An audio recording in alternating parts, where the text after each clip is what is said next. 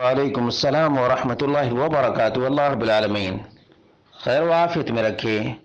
سوال تو واقعتاً بڑا ہی اہم ہے کہ جب باطل پرستوں کی کتابوں کے حوالے کھول کھول کر دکھائے جاتے ہیں، بیان کیے جاتے ہیں اور باطل پرستوں کا پوسٹ مارٹم کیا جاتا ہے، تو بعض اعتراض کرتے ہیں کہ ہمارے نبی صلی اللہ علیہ وسلم کا یہ طریقہ نہیں تھا۔ شاید ان بعض لوگوں کو پتہ نہیں ہے کہ محمد رسول اللہ صلی اللہ علیہ وسلم شرک اور توحید کے معاملے میں ذرہ برابر سمجھوتا کے قائل نہیں تھے۔ پیشاب مسجد میں کر دینا اتنا اہم نہیں جتنا رب کائنات کے ساتھ کسی شجر، حجر، قبر، پتھر کو شریک ٹھہرایا جائے۔ اس لیے جب شرک کا معاملہ آتا ہے تو اللہ کے رسول صلی اللہ علیہ وسلم شمشیر برہ بن جاتے ہیں۔ رزم حق و باطل ہو تو فولاد ہے مومن۔ اس لیے باطل کی سرکوبی کرنا بہت ہی ضروری ہے۔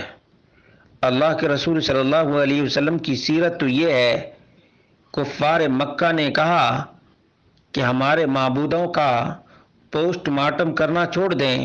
رسول مکرم صلی اللہ علیہ وسلم نے کہا کہ میرے داہنے ہاتھ میں سورج اور بائیں ہاتھ میں چاند بھی لا کر رکھ دو تو میں دعوت حق سے باز نہیں آؤں گا۔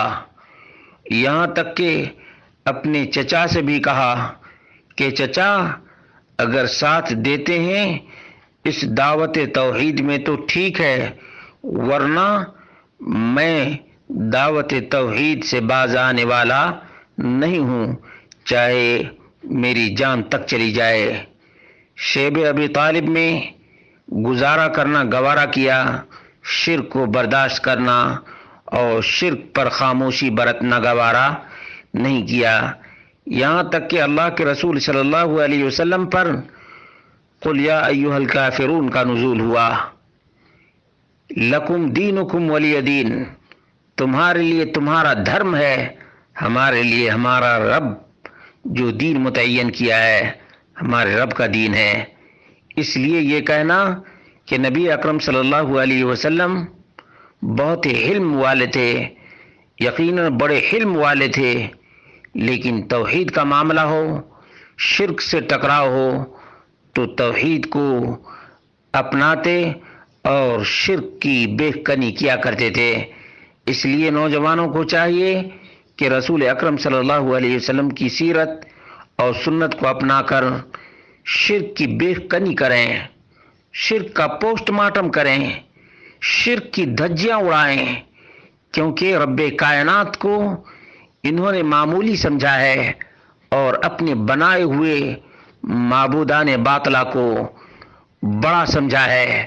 اسی لیے رب کا نام نہیں لیتے، اپنے بنائے ہوئے معبودان باطلہ کا نام لیتے ہیں۔ ایسے لوگوں کا پوسٹ مارٹم کرنا یہ وقت کی شدید ترین ضرورت ہے، شدید ترین ضرورت ہے، اور نوجوانوں کو صحیح اسلام پڑھنے کی ضرورت ہے، توحید کو جاننے کی ضرورت ہے۔ یہ نادان ہیں جو اس قسم کی بات کرتے ہیں۔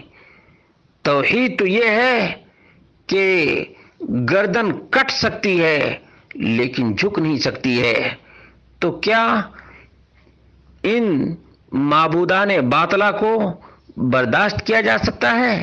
کبھی نہیں۔